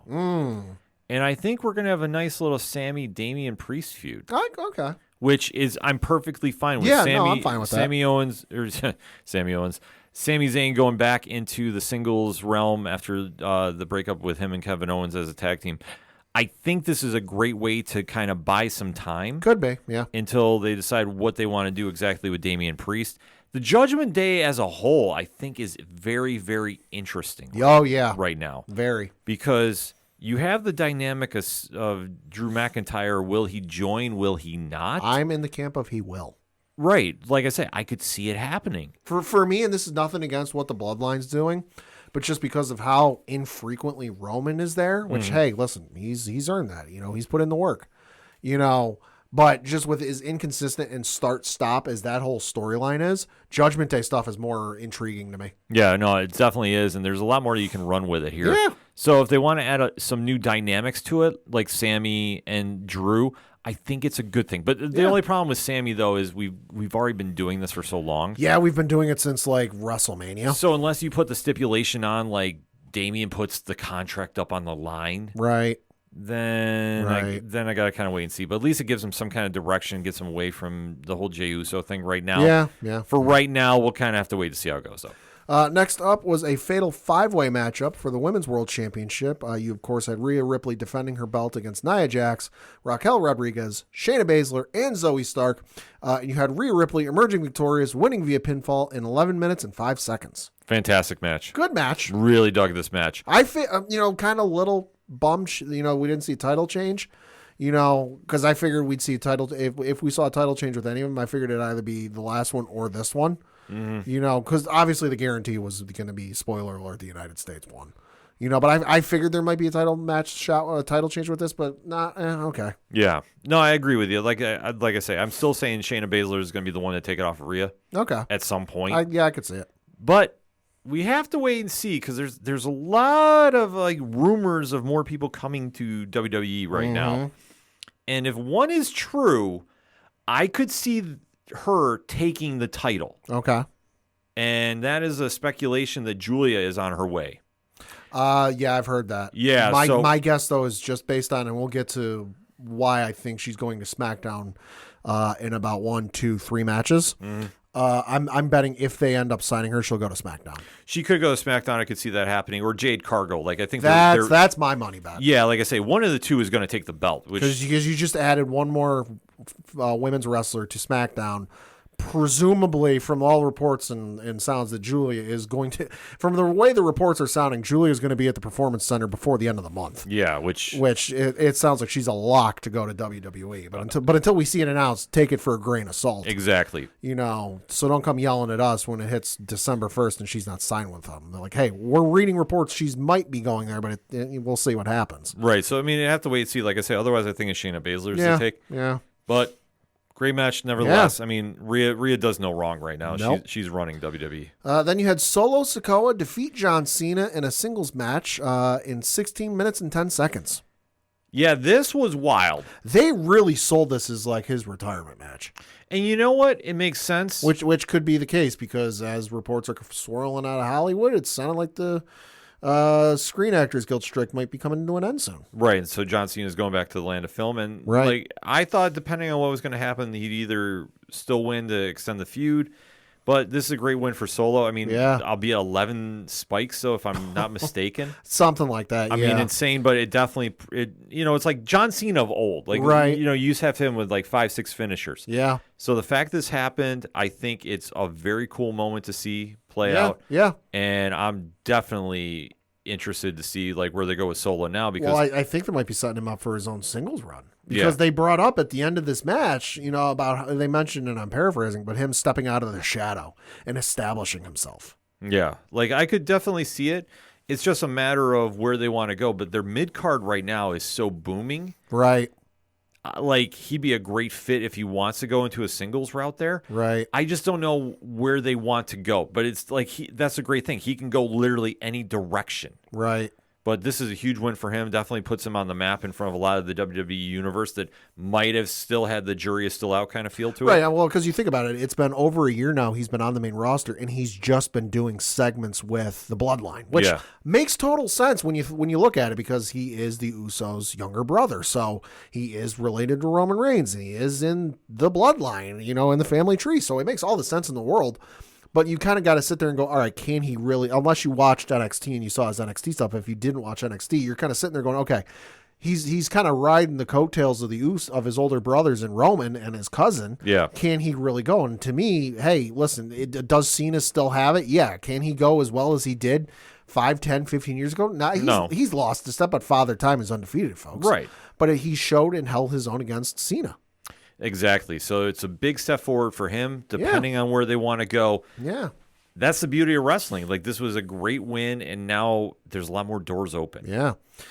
Next up was a singles matchup for the WWE United States Championship, where you had Rey Mysterio defending his belt against Logan Paul. And in 17 minutes and 55 seconds, you had Logan Paul emerge victorious, winning via pinfall to become your new United States champion. I will say this. Most predictable moment of the night? Absolutely. Yeah. Most predictable, but there's something that if you really watch wrestling, you have to applaud Logan Paul. He's got the most ridiculous creator wrestler moveset. Right, but it's not that. He did one thing that, like I say, if you really follow wrestling, you give him all the props in the world. Rey Mysterio went for a moonsault. Yes. Off the second rope, I want to say. Something like that, yeah. Or maybe it was from the corner. I can't even remember it. But that point doesn't matter. Yeah, yeah. Moonsault came up short. Mm-hmm. Logan was attentive enough to catch him early. Like, forget the move, did the right thing. Otherwise, Ray probably would have broke his neck. Yeah, he caught him. That was good on his part. And for being somebody that, okay, let's face it, Logan Paul, say what you will about him. As a person, yeah. But as somebody that understands the business and respect level, yeah, did the right thing here. Major points in my book about this. Oh, yeah. No, I looked up because I saw this on Reddit, so I can't take credit for this, but he has the most ridiculous moveset I've ever seen. It's like a creator wrestler moveset. Mm-hmm. GTS, buckshot lariat. He does the Hangman Adam Page corner clothesline spot. Does it better than him. Does the more bang for your buck, and then he does the flipping top rope fall away slam. Like, what the fuck? This guy's insane. It's crazy what he can do for being a part-time wrestler. Like, let's be honest, that's what he is. Yeah. But he gets it enough, and he's that athletically gifted that, yeah, for him to do this and being in a position where he's now going to bring another audience to the product. He now has a belt, so he will be on TV more. Oh, that belt is going to be with him everywhere. Exactly. This is nothing but win for WWE. It's a lot of free exposure because you don't got to pay him for it. Exactly. And you know what would even be better is who they set up to take it from him. Because I got a hunch. Yeah. Exactly. I'm going to say this because who can beat a megastar but a superstar? Right. You can write that angle, and it works. Yep. I don't think it's going to be him though because we will get to him a little later in the show. Yep. But I have my feelings where he's going. Next up was a singles matchup for the WWE Women's Championship, where you had Io Sky defend and retain her belt, beating Bianca Belair via pinfall in 16 minutes and 35 seconds, although not without some help. No, definitely not. So it was expected and kind of alluded to that Bayley wouldn't be there because she got put through a table the night previous on SmackDown, although spoiler alert, that was taped a week prior, so plenty of time to recuperate. But Bayley showed up, tried to run interference, but then finally making her return appearance as has been rumored for a little bit of time. I don't want to say quite some time. It's been a couple of months, maybe about a month or so. But returning to WWE, the Pirate Princess, the best elbow drop since Macho Man Randy Savage himself, Kairi Sane. Yeah, big moment seeing her back. Really surprised that she's back as a heel. But I'm based off of what I'm hearing, I'm not surprised. Yeah, like I say, there's boy. Which if true, like I say, I am excited to see this new direction. But it kind of threw me for a loop at first. But now with a lot of rumors about possible Damage Controls splitting up and a new faction forming. Oh yeah, rumors are it's going to be Io, Kairi. I've heard rumors Asuka. I've heard mixed of it. Asuka will, Asuka won't, and then I know Saray, who was with NXT but left, was rumored that she might be rejoining the company. She's signed with somebody else, not AEW. Yeah, she signed somebody else. Somebody else, not AEW, not TNA. It was another promotion. But then you mentioned the one from earlier is rumored. But yeah, no, they're building a faction of Japanese wrestlers, and it's going to be amazing. It's crazy. So Yep.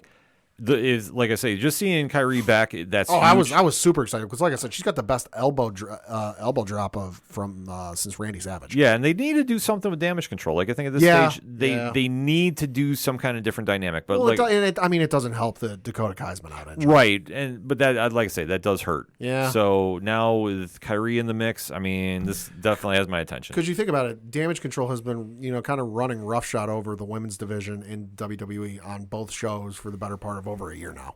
I mean, what if Sasha Banks returns?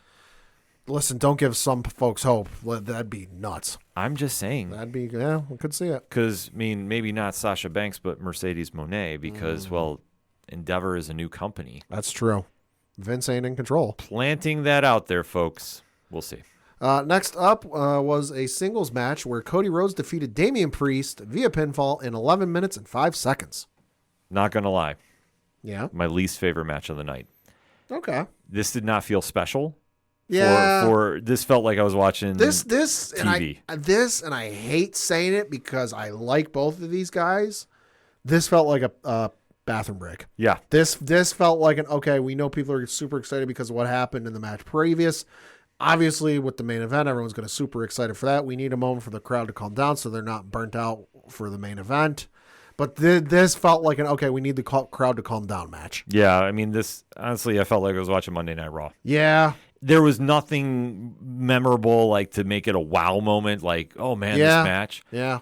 And, I mean, the only memorable moment I'm remembering is the 3 crossroads Cody hit on Damian. Yeah. Which I know some people were like, oh, why are you making it so Cody's got to hit multiple crossroads on Damian Priest? And people are like, he had to hit the same number against QT Marshall on AEW. Exactly. He's been doing this for a while. This is nothing new. No, he's putting over Damian because Damian's going to be in that world title picture within the next 6 months. Still got the briefcase. Exactly. Although, admittedly, it's not in his legal possession. Right, but like I say, by the time we get to Mania, he's going to be in that conversation. Not saying he's going to be winning the belt from Seth, but he's going to be in that conversation. Yeah. And then we got to talk about the main event, which was Roman Reigns defending his belt, the undisputed WWE Universal Championship against L.A. Knight. Yeah. And Roman obviously retained it, defeating L.A. Knight via pinfall in a match that was under a half hour. Only 20 minutes and 5 seconds. Which seems outrageous for you to say when you think about it. 20-minute match. Roman's been averaging like 25, and credit to Rich on this. Roman's been averaging like 25, 30 minutes a match his last couple.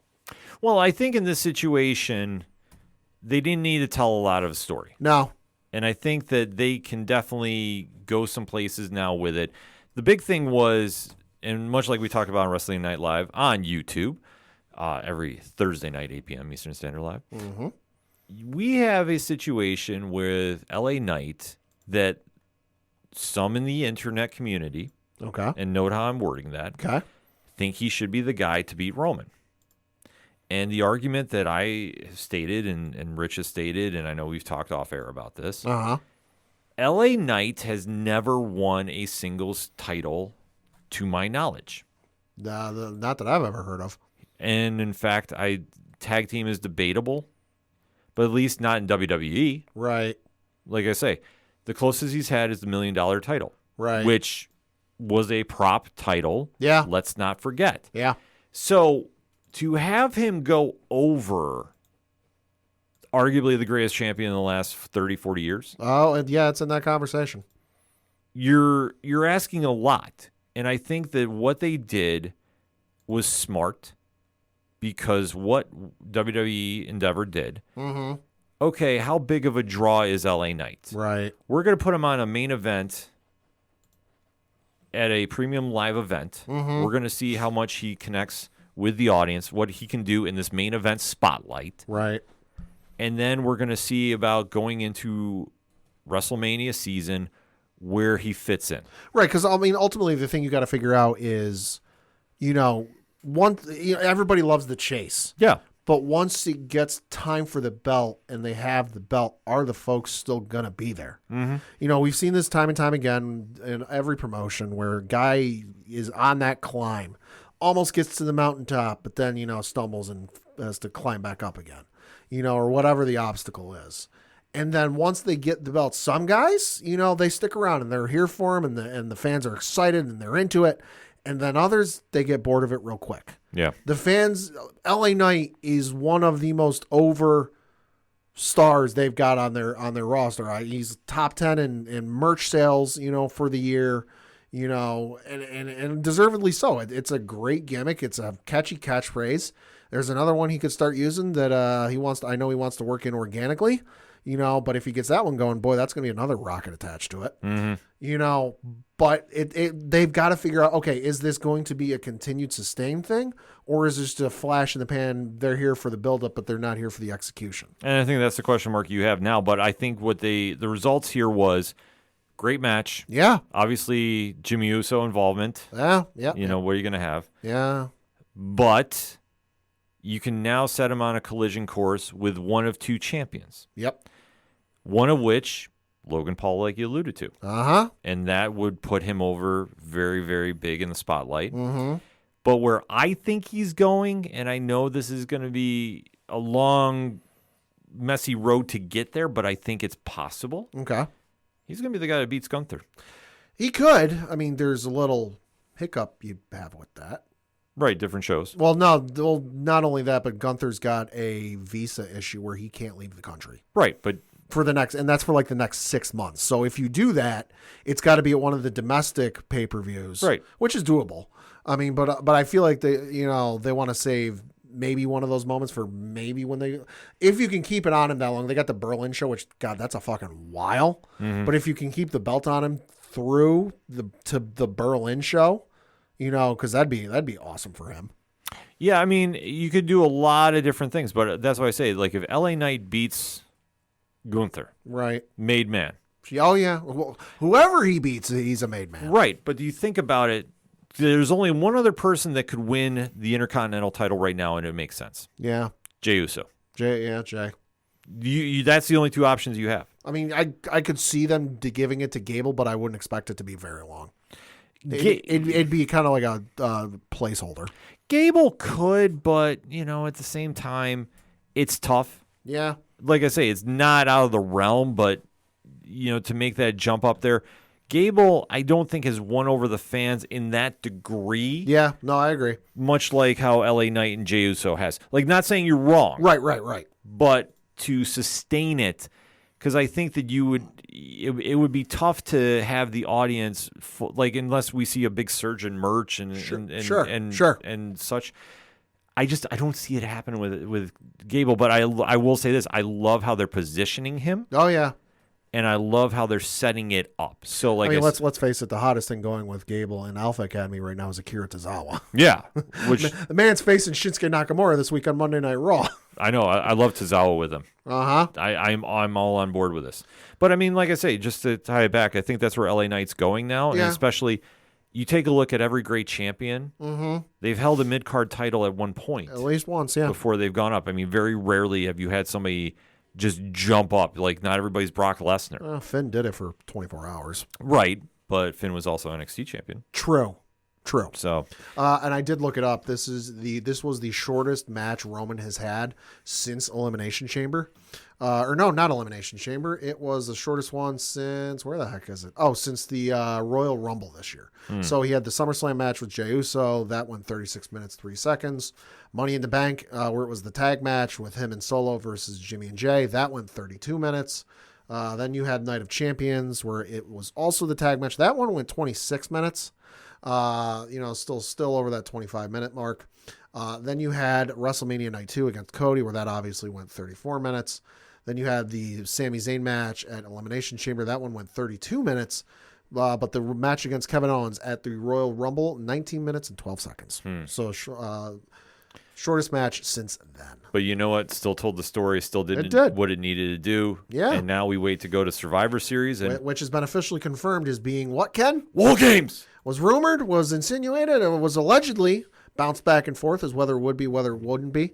But it was officially announced during the show on Saturday that it will be taking place from the Allstate Arena in Chicago, Illinois, specifically in Rosemont, Illinois. But it will be Survivor Series. War Games. Yep. So we'll see who the two, because you got to figure they're doing a men's, they're doing a women's War Games match. So we'll see how it plays out. Team Punk. Oh my God. It's going to happen, folks. According to reports, the show's was already sold out, and then they started opening up more seats. I mean, I'm hearing a lot of different stuff I'm not going to go on air with concerning tickets. Right. I'm just going to say this. If you have the opportunity to go, And you got the money. go. Uh-huh.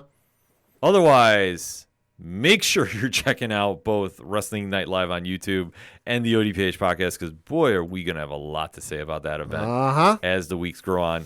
But in the meantime, though, hit us up on that hashtag ODPHpod. What is your thoughts coming out of WWE Crown Jewel? Are you excited at the direction where your favorite wrestler is going, or do you think they did a misstep? What's your thoughts about Logan Paul, Kairi Sane, and so many more? Let's talk about it, shall we? We're going to take a quick break, though. We'll be right back.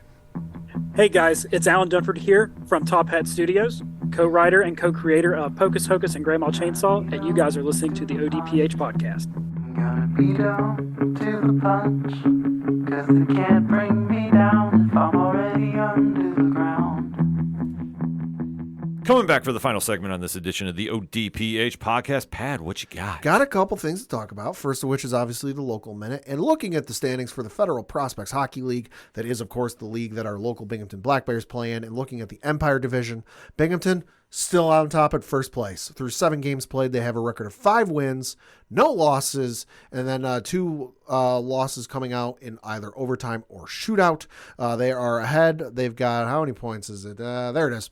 17 points. They are almost 10 points ahead of Danbury, who is in second place with 8 points. Elmira's in third with 7 points. Watertown's in fourth with 6 points. Then you've got Wytheville coming in fifth place with 3 points. So looking good fairly early, I would say. Yeah, out the gate. I like it. Yeah. We'll see if they can maintain that schedule, though, and that up-tempo pace, because looking at their schedule from this past week, they had the one game last week, which was on Saturday, on the road playing the Danbury Hat-Tricks, where they won by the final score of 4-2. If you have not seen them this season, don't worry. You got some opportunities this weekend, because they play 2 games at home this weekend. First of which is Friday, November 10th, 7 o'clock Eastern, where they're playing the Carolina Thunderbirds. That'll be at the Visions Veterans Memorial Arena. And then Saturday, back at the same time, same place, same team. So 7 o'clock Eastern against the Carolina Thunderbirds at the Visions Veterans Memorial Arena. So for more tickets, information, all that good stuff, BinghamtonBlackBears.com. Then we're going to talk some baseball, because, hey, congratulations to the Texas Rangers winning their first World Series in franchise history. 63 years as a franchise, 50 some odd of them in the state of Texas, because, of course, they used to be in Washington as the Washington Senators, and they moved to Texas, but they won the World Series, beating out the Arizona Diamondbacks. So kudos to Texas. Kudos to the police department down there, who had to navigate the parade they had there. There was like 500 to 700,000 people there just for the parade. Yeah, it was wild. Which is insane, but hey, kudos to them. I got to say, I'm loving the videos I'm seeing of the folks who've been fans of the team since they moved to Texas, and just how moved to tears they are. It's awesome to see. So kudos to the Texas Rangers, and kudos to Bruce Bochy.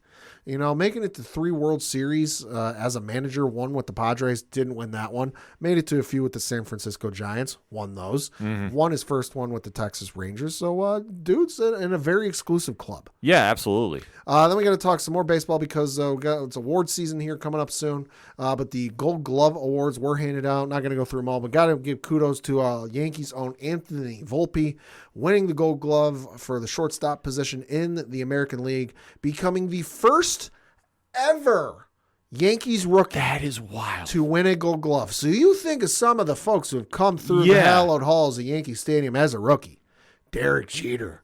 You got Lou Gehrig, who came through there, and all the other names have come through as rookies. Nobody else has won a Gold Glove except for Anthony Volpe. That's freaking wild. Holy shit, that was impressive as all fucking get out. But to mention award season, so the awards will be handed out the next couple of weeks. Rookie of the Year will be handed out on November 13th. Manager of the Year on November 14th. Cy Young Award will be November 15th. Spoiler alert, American League is going to Garrett Cole, or I will burn this sumbitch to the ground. He's not lying. And then the MVP will be announced on November 16th. We will know the finalists for those awards this upcoming week, so we'll keep tuned for that. But like I said, Garrett Cole for American League Cy Young, or like I said, I burn this sumbitch to the ground. Yeah, he should be a lock. Yeah, should be, based off the numbers. And then we got to talk some coaching switches, because there have been some coaching hires in the Major League this season. So we're going to start one today. The Mets have hired the Yankees' longtime coach, Carlos Mendoza, as a manager. He has been with the Yankees for 15 years in multiple roles, was in the minors from 2011 to 2012, and the past 4 seasons on Aaron Boone's bench as the bench coach. So I'd say for them, hey, good hire. If nothing else, you're going to get some hella good ejections if he gets ejected, if he learned those from Aaron Boone. So we'll see what happens. Of course, the Mets were in contention for Craig Counsell, who he chose to leave the Brewers because Craig Counsell has joined the Chicago Cubs as their new manager. The Cubs had fired David Ross, although, boy, Chicago, you better see something in him. I don't. Yeah. Because they are paying Craig Counsell 5 years, $40 million. It is the highest salary for any Major League Baseball manager ever. Yeah. The previous highest manager pay salary was Bob Melvin in the San Francisco Giants at $4 million for all of like 2 weeks. And now it's Craig Counsell. Don't get me wrong. Craig Counsell was a great player. Great player, but man, player. that's a lot. Played for a bunch of years. He started off with the Colorado Rockies, played for the Marlins, Dodgers, Diamondbacks, Brewers, 2-time World Series champion, once with the Marlins, once with the Diamondbacks, NLCS MVP. He's on the Milwaukee Brewers Wall of Honor, but he was with the Brewers as their manager from 2015 up through 2023, but you look at the Brewers time during that. Obviously they haven't won a World Series, so can't give them that. Never won a National League pennant, so they never made it to the World Series. And in terms of the division titles since he's been there, so he was there 2015, 2013, so that's what, 8 years? 8 years. So in those 8 years, they only won the National League Central title 3 times in those 8 years, and they made the wild card twice. So out of the 8 years, they made the playoffs 5 times, which is not bad, but when you're not making it all the way, little to be desired. We'll see what happens with them in Chicago, though. Yeah, anything is possible. That just seems like a very, very gutsy contract, if you ask me. Gutsy contract. And then obviously we got free agency coming up, which I'm not going to run through. All the names are free agents. There's a whole bunch of them.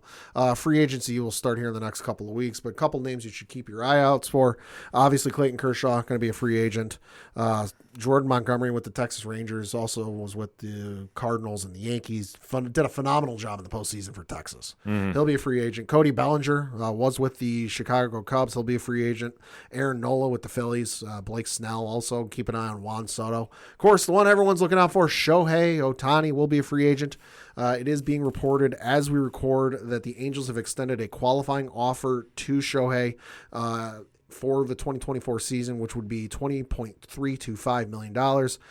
That's to be expected. They'd be fucking asinine if they didn't at least an extended qualifying offer. But listen, he's going to pick his options and go where he wants to, because he chose to go to the Angels out the gate. And hasn't really got much to say for it. No. So we'll see what happens for that. But the second one I'd say keep an eye on, it's this dude out of Japan, Yoshinobu Yamamoto, who's a pitcher over there in Japan, just pitched a game for them the other day. Listen to this fucking stat line. So this is reading from an article on ESPN.com. It says, quote, Yoshinobu Yamamoto will be allowed to move to a Major League Baseball team under the player posting system. The Oryx Buffaloes said Sunday after the team lost Game 7 of the Japan series to the Hanshin Tigers. The ace pitcher has been widely reported to be ready to move to Major League Baseball and expected to be a top target. Quote, I'd like to thank my team for accepting my request, Yamamoto was quoted by Japan's Kyoto News Agency as saying after Oryx lost 7-1 on Sunday. Yamamoto pitched 2 games during the Japan series, the World Series equivalent for Japanese baseball. He allowed 7 runs in Game 1, but came back in Game 6 and struck out 14 batters, a series record. The 25-year-old right-handed pitcher has a 70-29 record in Japanese baseball. His trademark is his wide assortment of breaking pitches, excellent command, and a fastball in the mid-90 mile per hour range. He was 16-6 this season with a 1.21 ERA. He struck out 169 batters in 164 innings. This dude's stat line for the game 6 he pitched went 9 full innings, complete game shutout. Gave up 9 hits. I think it was only 1 run, no walks, and he struck out 14 batters. Jeez. This dude, and it was on 138 pitches. This dude's insane. That's a whole different level. Yankees, sign him. Yeah. I don't care what it takes to get hold of this guy. Garrett Cole at the 1, this dude at the 2. Holy shit. Well, they kept saying they're promising big sweeping changes, so this is going to be the way to go. I think this is the way to go. Get that dude, and then you put Juan Soto on that team. We'll be looking good. A lot of things can happen. Yes. So, very quickly before we close out with some UFC talk, the NBA has an in-season tournament going on. About the only thing I like of this is some of the courts they got designed for this. Although the Miami one is fucking wild. Yeah. So this one, reading from an article on ESPN.com, the NBA announced on August 15th it's scheduled for a group stage tournament where the inaugural in-season tournament, which will see the winning team earn the NBA Cup and its players $500,000 each. There's some motivation for you. Yeah, so this is something that each NBA team will play 4-game group stages. Yep. And the winners will go to the knockout rounds, and the finals are in December. Okay. So, interesting concept. Yeah, I mean, interesting. They're trying to give it a little flair. Like I mentioned, you got the specially designed courts for it, which some of them aren't bad. Yeah. The Miami one is fucking wild because it's all red. Yeah, no, that one looked cool. I like the 2K. Put those in the game. Yeah, I liked how the Oklahoma City Thunders looked. That one was cool. That was cool. So this is something interesting to watch, and you know what? I understand from one aspect because it's kind of the running joke. Yeah. The NBA's official kickoff is Christmas Day. Nobody really cares or pay attention unless you're a super diehard and watch every game. Right. Most casuals don't really watch until Christmas Day. Right. So this is a way to get more eyes on the prize. Like, let's see how it goes out. The Knicks, there's nothing really nice to talk about right now. Last place in the Atlantic Division with 2-4 record. Yeah. Randall's got to go. Randall's got to go to Philly in the worst way possible. Trade everybody, get Embiid. I'm sorry. After the comments that were allegedly coming out about a question of effort. That's not good this early. I'm just putting the allegedlys out there because I caught snippets. I did not hear it officially. So Yikes. If that is true, no, this is Brunson's team, so we'll stop that talk right now. So hopefully we'll make some trades and get some life going into the old MSG Garden there. They're right on. I mean, it's super fucking early, like right. 6 games into the season early, but they are right on the outside of that play-in tournament. Right. So I mean, they still got a lot of ways to go. I mean, Boston's still undefeated as we're recording, 5-0. Yeah, which I mean, but it's early, so almost scoring 130 points per game. God damn. Yeah, like I say, I don't. Fuck. That's why. Although then again, Boston, don't get too excited. Remember how the Bruins season went? Mm-hmm. Exactly. So I went there. Yeah, I'm glad you did. Because let's go to hockey. Because there's only one stat we got to talk about. That's the New York Rangers are sitting at 8-2, 17 points on top of the Metropolitan Division. Ken, got a question for you. What's up? So for the NHL, how many players have a 9-point or 9-game, whatever the fucking stat is, scoring streak this season? That's a good question. It's 1. Artemi Panarin. Yeah, that's right. The Rangers are doing so well. Like, I honestly have been forgetting about the individual goals because this is like refreshing to see after they went into their Canadian trip. Christ almighty, the West Coast swing. Yeah. Where every night I'm going, why the fuck is the game starting? It's 10 o'clock. Oh, right, they're out west. Yeah, defeating Calgary, Edmonton, Vancouver, the Winnipeg. West Coast sweep. Yeah. I mean, unfortunately, they did lose in a shootout to Minnesota, but I mean, all good things have to come to an end. Yeah. 6 wins in a row is nothing to sneeze about. They are back playing the one and only Detroit Red Wings on Tuesday night as we record. We're looking real good themselves. Looking very good. So it's going to be some fun hockey coming out of the gate. I love seeing this. I love seeing the swagger. Love seeing the energy. It's Blue Shirt Nation here all day, every day on the ODPH. But let's close out the sports talk by talking some UFC action. Yeah. Now, this was a completely different card a while ago, to say it politely. Mm-hmm. But there's been some switch-ups because of injuries. A lot of moving parts have been going on. Pad, what are we talking about? UFC 295 taking place this Saturday from Madison Square Garden in New York City, New York. Yes. So the original main event was supposed to be Stipe Miocic versus John Jones for the heavyweight title. However, John tore his bicep. Completely. Yeah, this is going to be estimated 9-month rehab. Yikes. Which, I mean, at this stage, I'm not saying John is done, but Yeah, it's not good. the motivation factor might not be there for him or even Miocic at that stage. Like, Right. A lot can happen in 9 months. yeah, so I'm not saying that was John's last run, but they're doing an interim title for a reason. Yeah. And we'll get into that, but let's kind of break down the main card, shall we, Pat? Yeah, so the first fight on the main card is in the featherweight division between Diego Lopez and Pat Sabatini. So great fight to kick off the main card. Lopez 22-6, Sabatini 18-4. Featherweight division, I mean, it's kind of wide open. Yeah, it's kind of a coin toss there. I mean, what are you kind of feeling on this one, Pat? I'm going to go Sabatini because of reasons. Yeah, I think I'm with you on that. Like I say, it's going to be a good scrap. I don't exactly know how it's going to play out, but I'll say Sabatini via judge's decision. Okay. Next up is in the lightweight division where you've got Matt Frivola taking on Benoit Saint-Denis.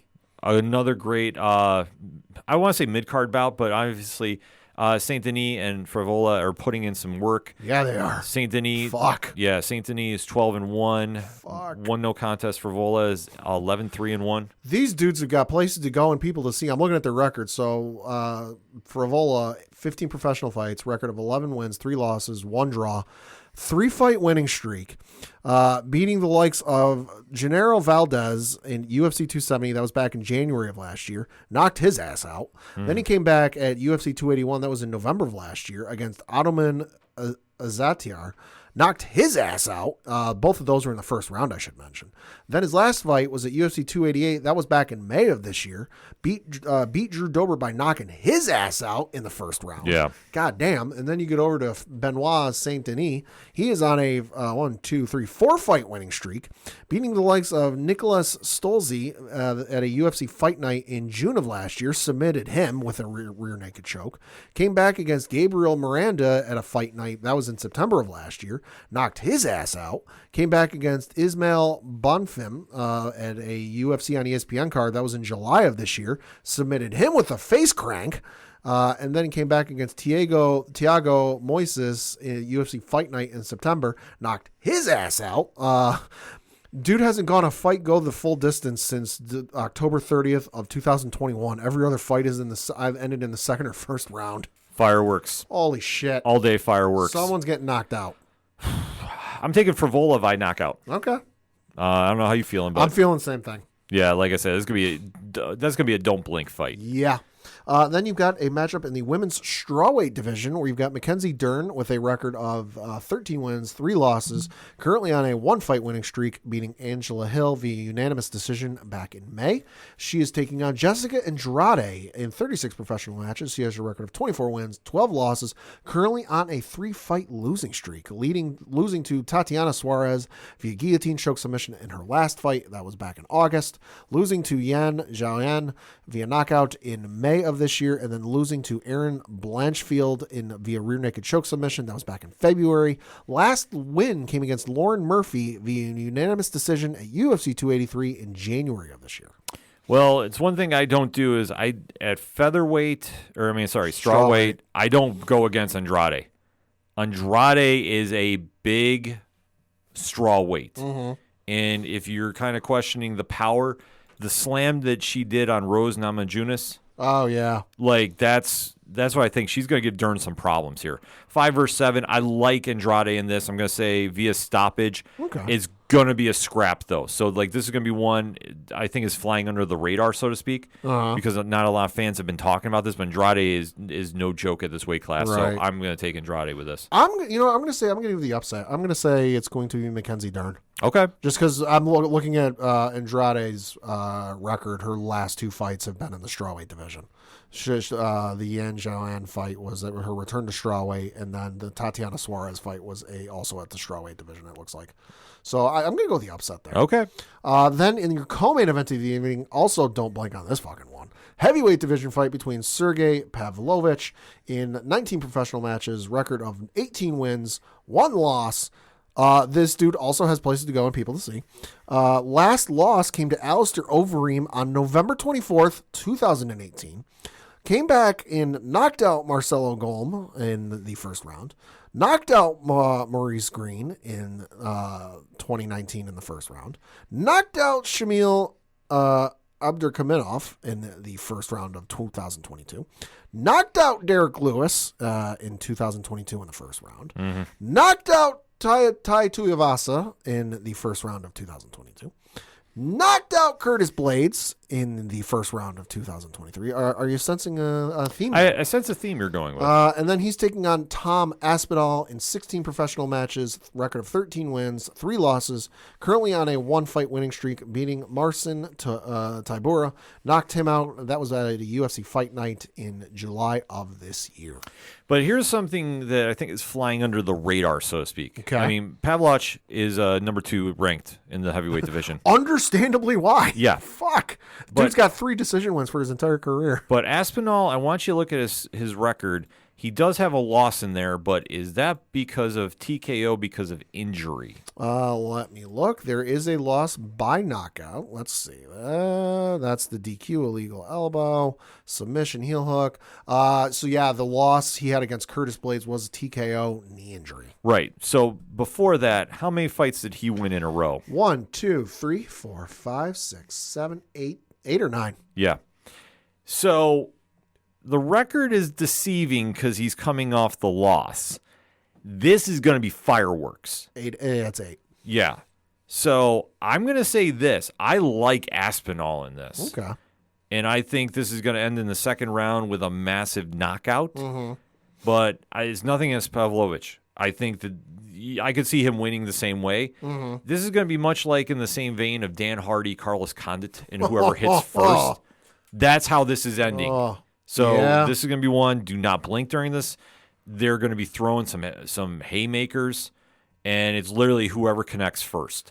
And I like Aspinall just slightly better. Like if we're talking percentage-wise, Yeah.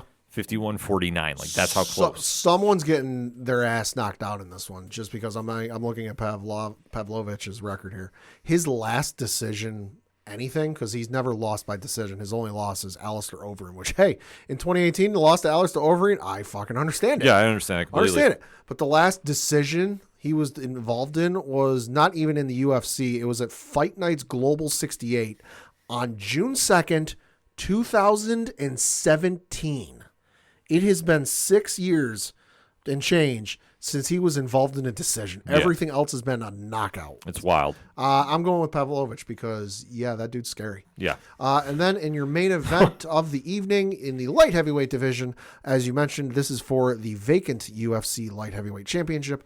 Jiri Prochazka in 33 professional matches, record of 29 wins, 3 losses, 1 draw, currently on a good goddamn 1, 2, 3, 4, 5, 6, 7, 8, 9, 10, 11, 12, 13 fight winning streak. I'm not going to go through them all. I'll give you his last 3. Beating Glover Teixeira in his last fight with a rear naked choke submission. That was back in June of last year. Beating Dominic Reyes with a spinning back elbow knockout. That was in May of 2021. And then beating Volkan Ozdemir via a knockout punch. That was in July of 2020.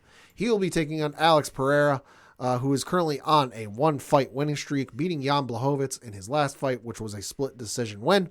That was in July. Prior to that, he lost to Israel Adesanya, which, hey, no fault there. That was in UFC 287 in April of this year. So something to kind of keep in perspective here. So Jamal Hill was champion, got hurt. Yep. Prochazka was the champion before him. He vacated because he knew he couldn't come back and fight in time. Right. So he did the right thing. I applaud him for doing it. Not an easy choice, but he did. Right. Pereira is moving up from middleweight. Yep. And Pereira's claim to fame is he's the one that handed Israel Adesanya defeats in kickboxing and in the UFC in one of the most freakish knockouts in recent memory. Correct. So Pereira is moving up to light heavyweight. The only thing you need to know about this is these two are going to go in the cage, and it like we kind of overemphasize about shit hitting the fan. Yeah. Shit's going to hit the fan. We should note this isn't Pereira's debut. Right. His debut at light heavyweight was against Jan Blachowicz. And he didn't look great, but here's the difference. What is Blachowicz known for? Wrestling, grappling. Yeah. That's how he beat Adesanya, even though Adesanya didn't put on weight to go up to fight him at 205. Let's not forget that. Stupidly, yes. Right. Pereira has no ground game.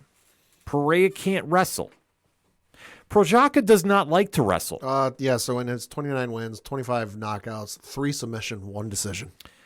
You're going to have these two psychopaths going crazy at the press conference. Rock'em sock'em robots. The weigh-ins are going to be must-watch TV. Yeah, they are. And they're going to get in that cage Saturday night. Can we get the Diaz brothers to moderate the weigh-ins? Oh my dude, I Just add more fuel to the fire. whoever you can get to moderate, like I need Get the Diaz brothers and Chael Sonnen. yeah, give me Chael and give me somebody else that is going to just completely go bananas there. Let's just make this a spectacle. Because it's going to be a spectacle. Like I said, the pre-fight stuff is going to be wild. It's going to be legendary. It's going to be amazing.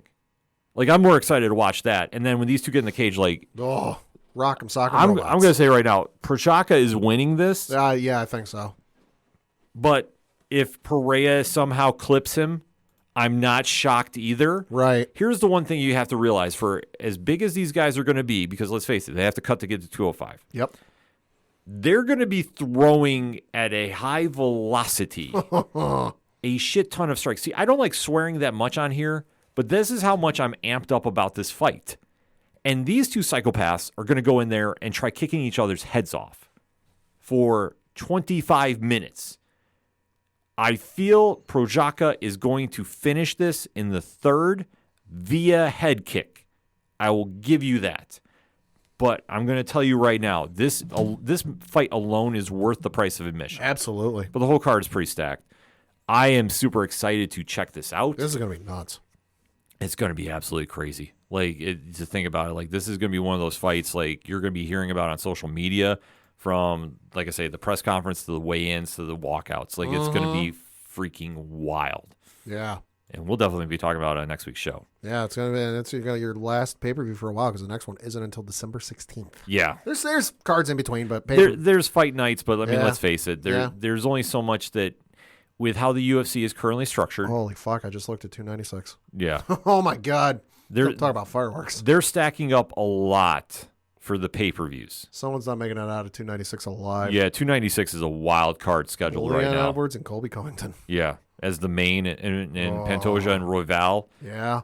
That's Coach's favorite fighter. Ferguson and Patty. Yep. Oh my god. Shavkat. Almost. Shavkat and Stephen Thompson. Yeah. Vincente Luque. Wow. Yeah, Luque versus Gary. Yeah. Wow. Like that fight card, I mean, we have not purchased one in a while. Josh Emmett's on that. We fight too? we watch the fights elsewhere.